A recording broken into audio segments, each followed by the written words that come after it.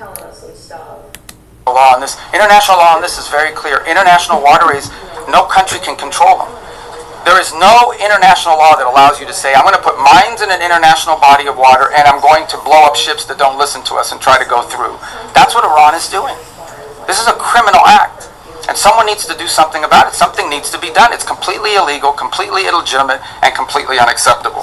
And that's why the United States military is guiding stranded commercial ships safely through the strait and is working to restore freedom of navigation and putting an end to these efforts to hold the global economy hostage. So far, as a proof of concept and as a proof of function, 2 U.S. flag merchant ships have successfully transferred the Strait of Hormuz in the first stages of this project, and they're now safely on their way. The U.S. military is deploying the necessary assets to extend this defensive umbrella over commercial shipping. But there should be no mistake. And as I said this already, this is a defensive operation. I want to reiterate that point. This is important to understand. If no shots are fired at these ships and no shots are fired at us, we're not firing shots. But if we're fired on, we will respond, and we will respond with lethal efficiency. The assets supporting this project, by the way, include guided missile destroyers, over 100 land and sea-based aircraft, multi-domain unmanned platforms, and 15,000 of the finest military service members on the planet. These forces have already destroyed, as I told you earlier, I thought it was 6, it's 7 Iranian fast boats that failed to heed our warnings. And by fast boats, we're talking about, some of these things look like Boston whalers. Okay, so these are not like Navy ships. But nonetheless, they come fast at these boats, try to swarm them, try to harm them. We're not going to let that happen. So 7 of them now sit at the bottom of the sea, along with, by the way, the rest of Iran's Navy. That's where you can find their Navy today. And we're going to continue to systematically clear this passageway through the straits to restore freedom of navigation. Now, while this project steadily progresses, Operation Economic Fury, continues to impose maximum pressure on the Iranian regime and what remains of their already frail economy.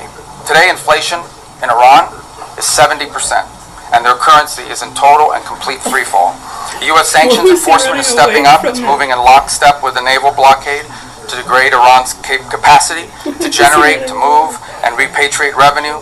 It directly targets the regime's primary revenue lifelines. The blockade alone is costing Iran as much as $500 million a day in lost revenue. 90% of total Iranian trade has been halted, causing permanent damage to Iran's oil infrastructure as wells are forced to shut in. Again, all of this is in response to their piracy. Okay, it cannot be that you have these straits and they blow up any ship that moves and the only ships that get to go through are theirs. You can't have a situation in which the straits are closed to everyone else, but they benefit from the piracy. That can't happen. That's why the blockade is in place, and that's why these sanctions are crippling them. Any foreign financial, by the way, Treasury is now identifying and cutting off every dollar of revenue that's flowing to this regime. And so, look, any foreign financial institution or commercial actor that enables Iran's sanctions evasion is going to face secondary sanctions exposure and a loss of access to the U.S. financial system. As President Trump has said, and the facts clearly bear out, the United States of America holds all the cards. There is no scenario here in which if they decide to join a ladder of escalation, they wind up getting the last say. But our preference is for these straits to be opened to the way they're supposed to be opened, back to the way it was. Anyone can use it, no mines in the water, nobody paying tolls. That's what we have to get back to, and that's the goal here.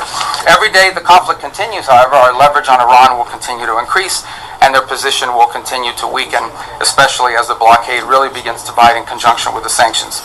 So, look, the time's come for Iran to make a sensible choice. And it's not easy for them to do that, obviously, because they have a fracture in their own leadership system. And apart from that, I mean, the top people in that government are, to say the least, they're insane in the brain. And so we need to address that, and it's difficult because it's hard to get past that in their system. But it's important for them to make a sensible choice and the one that's right for their people. The president, our president, has proven time and again that his preference is peace. But Iran must accept the reality of this situation and come to the negotiation table and accept terms that are good for them but ultimately good for the world. The diplomatic path, if there's a real diplomatic path, I'm not sure it's going to be one, but if there's a real diplomatic path and we continue to explore it, Steve and Jared are working on that very hard. If there is one there, it could be one that leads them to reconstruction, to prosperity, and to stability, and to not posing a threat to the world. The alternative is growing isolation, economic collapse, and ultimately total defeat. I know what the right choice is for Iran. I hope that the people over there making decisions will make the right one. The last point I would make, and it really is important for them to understand this, is they really shouldn't test the will of the United States, at least not under President Donald Trump. He has proven time and again that he will back up what he says. And if they test him, ultimately they will lose. The hard way, the easy way, the long way, the short way, they will lose. And with that, it's time for your questions. So, why don't we start with you first? Hi, Catherine Barrett, I'm an independent journalist. Secretary Rubio, have you seen any recent indications that arise willing to give up this nuclear weapons program that is credible, verifiable, and that would lead to an immediate de-escalation? Well, look, we have got to the point where literally anybody can build a fully working app without knowing how to code. As investigators close in on the suspect, they'll have to come face to face with a level of insanity so intense it will leave them shocked for the rest of their lives. She went down, and the guy over the top was doing this. Okay. I think he said his mom was trying to give him a blowjob. Does he have any friends? Like, did he isolate himself from everybody? His parents isolated him. He's not allowed to be around anyone anymore. It's August the 9th, 2024. At about 4 p.m., the Green Township Police Department received an urgent 911 call from a concerned neighbor. He has just witnessed something happening next door, something he was never supposed to see.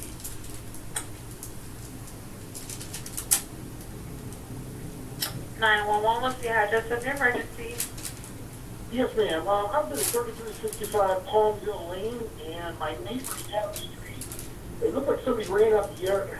They were on the porch yelling help. It looks like a man was stabbing a lady and just dragged her body back inside her house. Did you see him? It's on the same side as my house. Yes, I saw him on his paper. He started yelling help. I saw him leaning over her on the porch. It looked like he was stabbing her. He walked back inside. She laid there. And then he just came back outside and drug her body inside. Okay. And she just moaned. She was moaning. Okay. Officer Jackson is the only closest officer to be dispatched to the address. Jackson, however, is completely unaware that he's about to uncover one of the most gruesome scenes the town has ever seen. What house am I looking for? It's the house with the gentleman's on the front porch. Okay, what is somebody got stabbed on the front porch? Okay, a female? It sounded like a female. I don't know. It looks like he's bloody though. I mean, it could have been him screaming.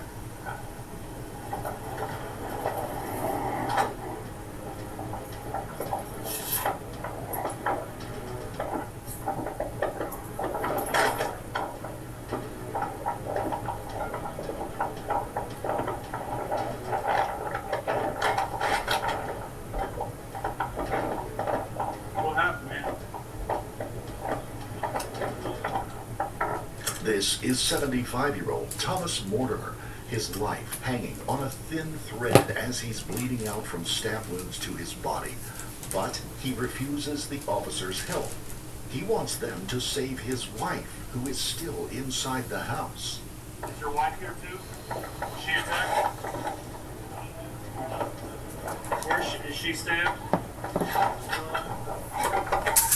Roll put down 2 victims, throw me into the squad, please. Who's stabbed inside? Where's your wife stabbed at? Okay, I'm gonna go check on her, okay?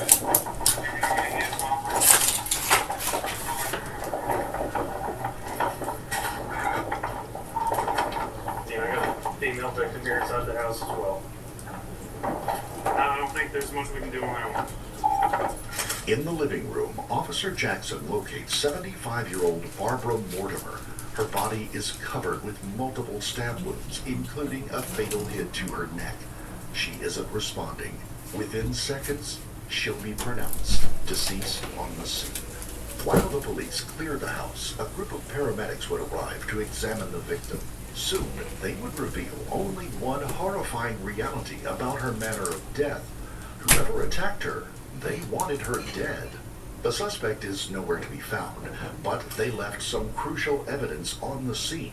A kitchen knife covered in blood. There is also open shelves under the kitchen counter full of other smaller knives, as if the suspect was looking for a specific weapon to carry out a murder. After sweeping the entire house, officers come to the chilling realization. They suspect the killer isn't a complete stranger. The victims might have lived with him this entire time. Investigators would soon locate a room for one person filled with personal belongings, male clothing, and a table with various tablets, medications specifically for treating mental health conditions. And it's right in the middle of the investigation when Officer Jackson is called by someone who claimed to have witnessed the attack and know the suspect personally.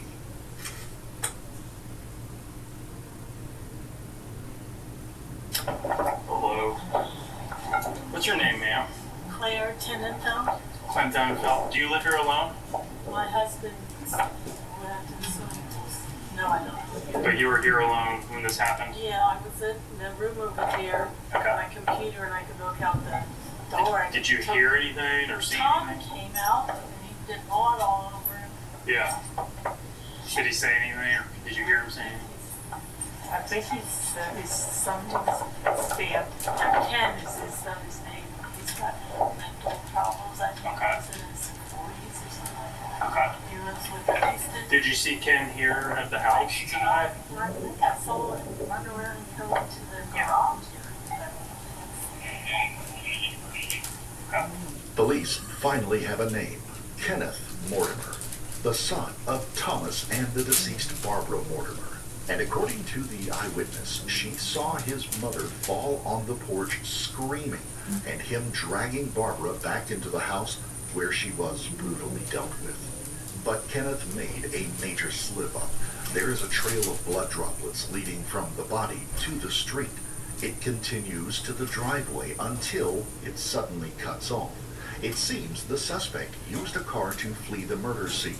Just as investigators mobilize to find any details about the escaped vehicle, the police department receives a second call, this time from another witness who claims to have seen the suspect's rushed exit. Just called it in and it looked like somebody got stabbed down the street. Yeah. The guy did stab him bleeding in a Honda. It's gray in color. It looks like there's somebody outside the house that got stabbed. Okay, so I got the plate number. What type of Honda was it again? I couldn't tell what kind it was. It looked like it was I thought it was a lady got stabbed. It looked like a Superman. Or SUV? Stan. Okay. You know which way they took, which direction they took off? Is it out towards like Basswood? It looked like it went left on the Basswood. Left on Basswood. Also Palm Hill, left on the Basswood. All patrol units in the area were immediately informed of a gray Honda Civic, and to exercise extreme caution, the suspect may be experiencing a mental health crisis and pose a danger to anyone who crosses his path. The only thing officers are left with is a disturbing yet puzzling question. What would make Kenneth kill his mom and almost murder his father in such a brutal way? Now, only the suspect can tell them the full story. But what officers don't know yet, there is someone who always knew their death was only a matter of time. As the investigation continues, a black truck pulls up to the scene. This is Kim, the victim's daughter. Her mom suddenly stopped answering her phone, so she came to check on her, only to find that her childhood home was a crime scene. Though Kim is unaware of this, it is about to become the worst day of her life. We're concerned about Laura. She's not answering her phone. This is not normally okay. If you guys, yeah. Based on what I'm seeing here, I have an idea. Barb is dead. She passed away.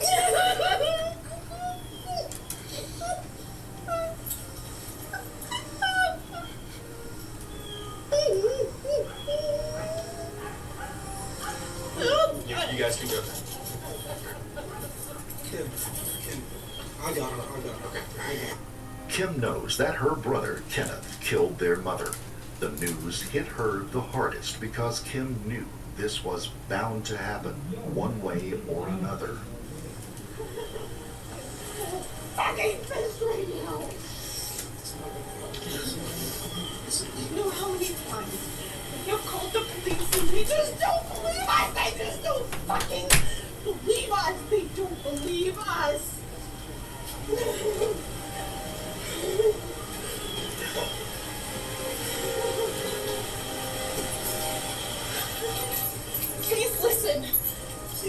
Listen, when people tell you that they are in danger, do not. Okay. Yeah, just head down to UC. Okay. Something seemed off about Kenneth, but she couldn't explain it. Her friend would step in to say they had tried to do what they believed to be the right thing, to take her parents somewhere safe, far away from their son. This is not organized. No. Yeah. This is some system things.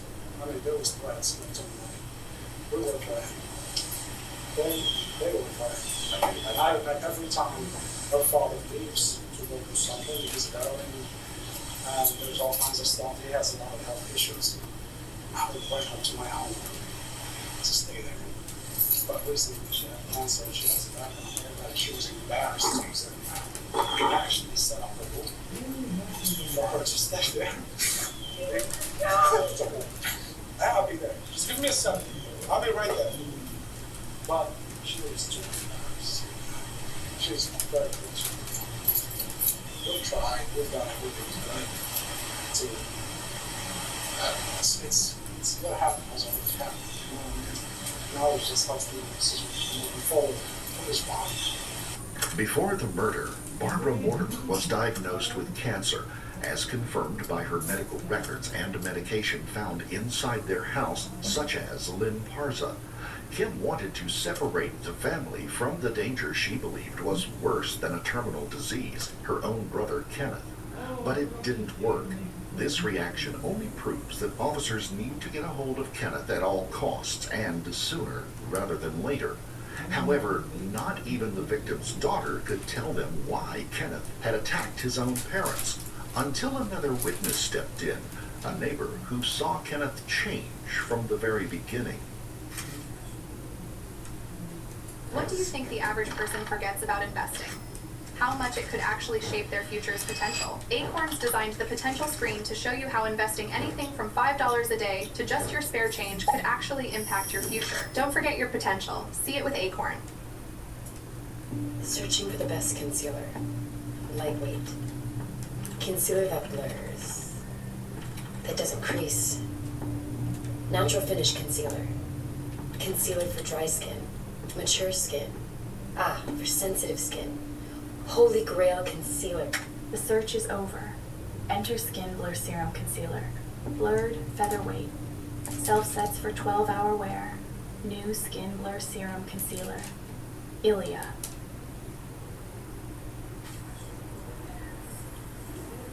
Me, Ken, and the guy that used to live here back in the day always hung out.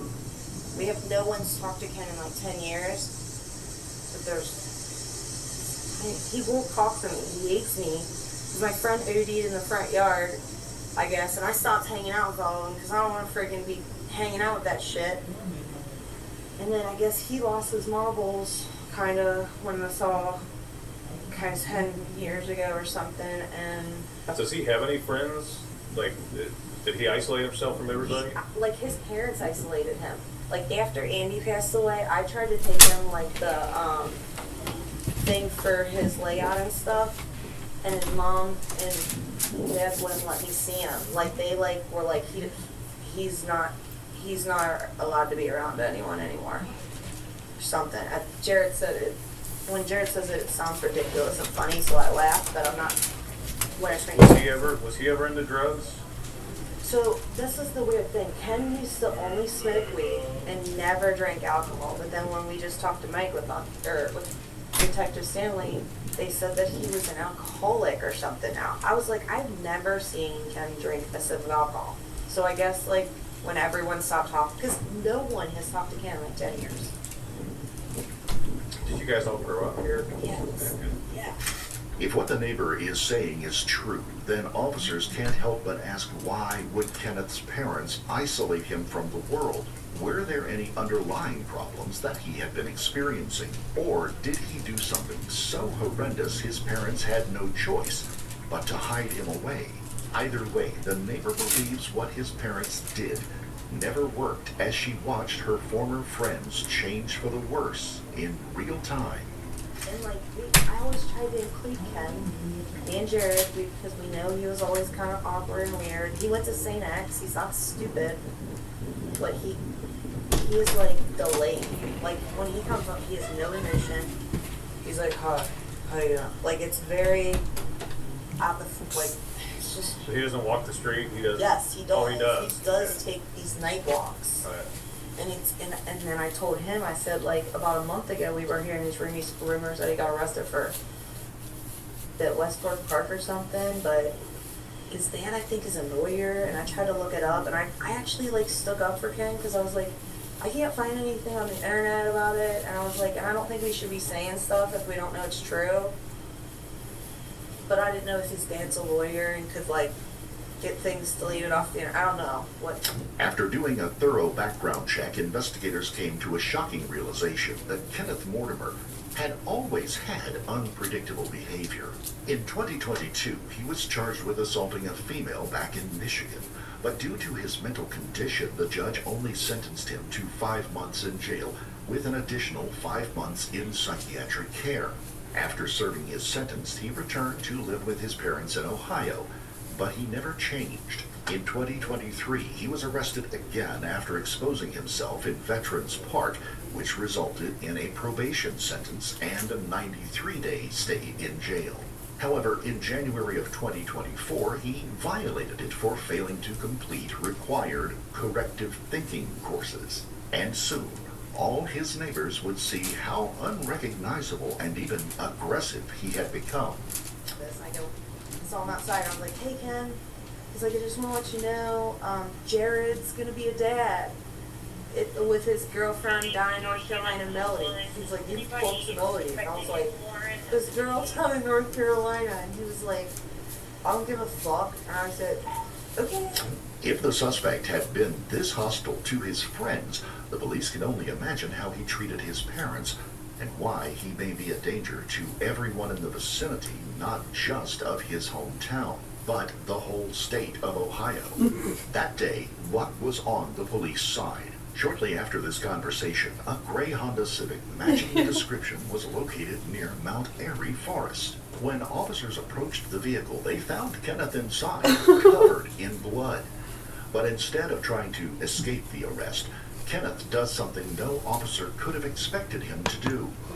But before we get to that, while most of us never expect to be caught up in something as extreme as this case, the truth is, life can change without warning. There's a reason victims don't have to face this sort of thing alone. Just like there's a reason why Morgan & Morgan is America's largest injury law firm. They've got more than 1,000 lawyers and 100 offices nationwide, and hiring them is like hiring an army to go into battle. For over 35 years, Morgan & Morgan has been fighting for the rights of everyday people and have recovered over $30 billion for their clients. They're committed to getting the best results possible, and their fee is completely free unless they win. So, if you've been injured because of someone else's negligence, you deserve to be compensated. For more information, you can check out Morgan & Morgan at forthepeople.com/beyondevil and see if you have a claim.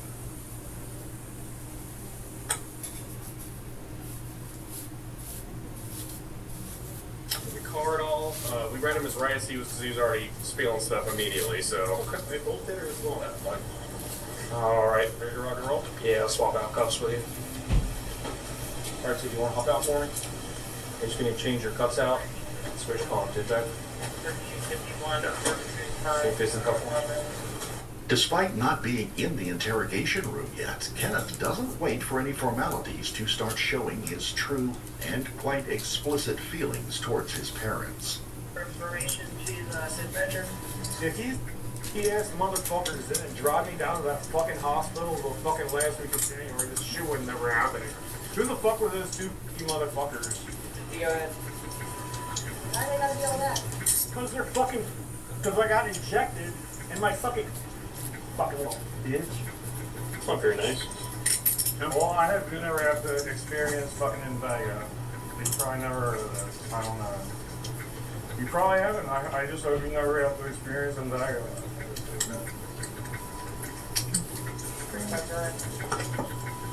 All right, my man. Have a seat, okay?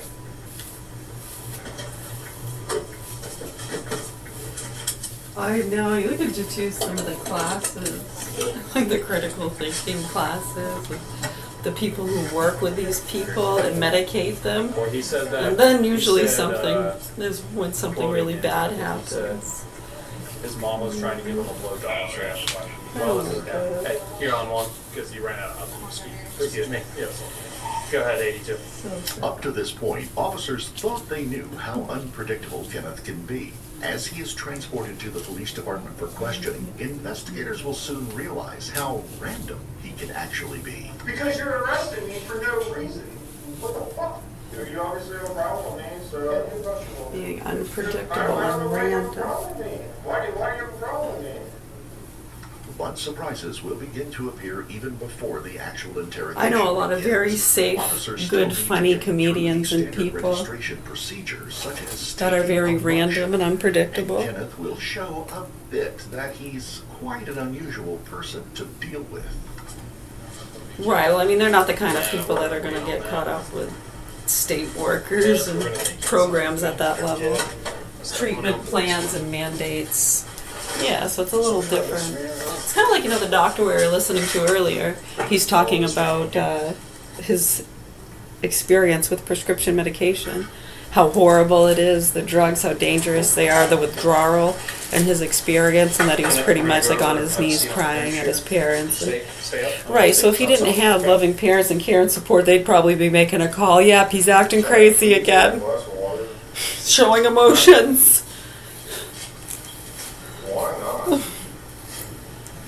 Speaking the truth. Right, so I mean, it's not to justify or stick up for anybody's behavior or anyone in particular, but it's just that understanding. We don't seem to have that across the board, and people seem to think it's okay to treat people like animals, and then they wind up acting like animals, and we see these kind of situations. How many of these situations, when you look at them, it's always they're involved with these programs or state workers, medications. And if they had only just listened and stayed on their medications, that wouldn't have happened. No, it's not the psychotic fucking people around him. His rights and start questioning him. Currently, they have two questions that puzzle the I would say that the psychotic people around them, and then state workers medicating them and fucking with them on and offline. The detectives suspect and then putting stuff in the parents' head too, as far as certain things to say, if they start acting this way, right, and it just becomes, we've seen it 1,000 times. And you can see how that happens in a lot of situations.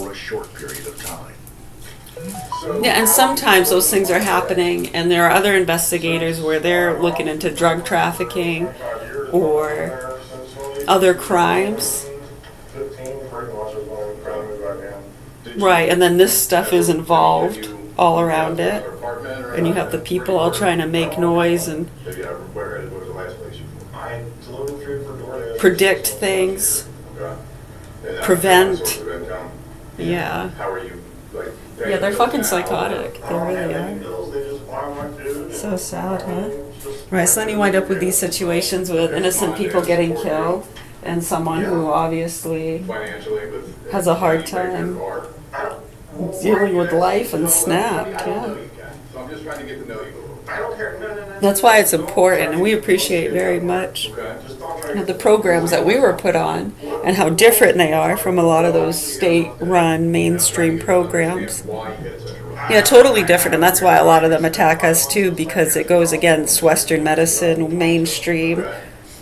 Yeah, we don't medicate here for those kind of things. Surprising response. And the detective sees no, we think those drugs are completely dangerous and are causing more of these things. I think we've explained that extensively. I don't think a sedative drug or any of those drugs should be prescribed at all. I mean, unless somebody needs to be sedated. And we've seen those situations where they have to be cocooned. They're not allowed to sedate them anymore, so they have to cocoon them.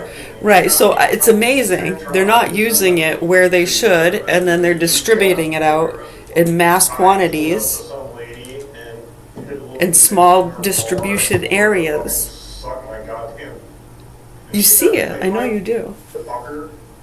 drove off, and then I thought I was being arrested for something else, because somebody got my hands. Yeah, no, it's just a matter of people getting real and speaking out about those things, and we have found that most people just don't want to offend the fucking psychos and traumatized fucking nasty folks around them. So concerned about offending someone who's been helped by the psychosomatic drugs and they like their sleeping pills. Sick fucks. Proper authorities need to address what's going on here at the Augusta Governor John Hill Mansion in Augusta, Maine. I know that. And then I know that. I just want to talk to my attorney or... So far, It is. It's sad how many of these situations you see. And it's so sad for the ones that get killed, the people left behind who are traumatized and need medication now. I know. It's like when these things happen, it's like cha-ching, cha-ching all over the place for these people. They got somebody that's going to be housed in prison now for how many years? He'll probably get 50 to 80 years for that. Maybe life. Someone's going to have to pay for that, and they're going to profit from the medications. Plus, yeah, they could work in the chop shops probably. Slave work. Yeah. Keep it up, folks. You can tell me, look, it's obviously being driven I by mean, global, you're running on events. very That thin was ice during the here, Russian Augusta, Ukraine war as Maine. well. You saw that. Central Maine news It's people. Look, we don't benefit You're from still the on notice till this I don't gets know reported what on. gas prices are like in other parts of the world that are really suffering big time. So we're very fortunate that the United States, I believe right now, is like the world's largest net exporter of oil and natural gas as a result. And not because of this war, but because we have this capacity. So we've been insulated to some degree. We're obviously still vulnerable to some extent to global prices, and so. But in the end, I mean, we're more insulated than other countries, even though that's not welcome news to Americans that are paying more at the pump, no doubt about it. And it certainly is one of the circumstances of it. There are people that we're predicting would be much higher at this point, but we're not taking that for granted. Suffice it to say that this is, think about it this way. Everybody needs to think about it this way. If Iran had a nuclear weapon, and they decided to close the straits and make our gas prices like $9 a gallon or $8 a gallon, we wouldn't be able to do anything about it because they have a nuclear weapon. And a nuclear-armed Iran could do whatever the hell they want with the straits, and there's nothing anyone would be able to do about it.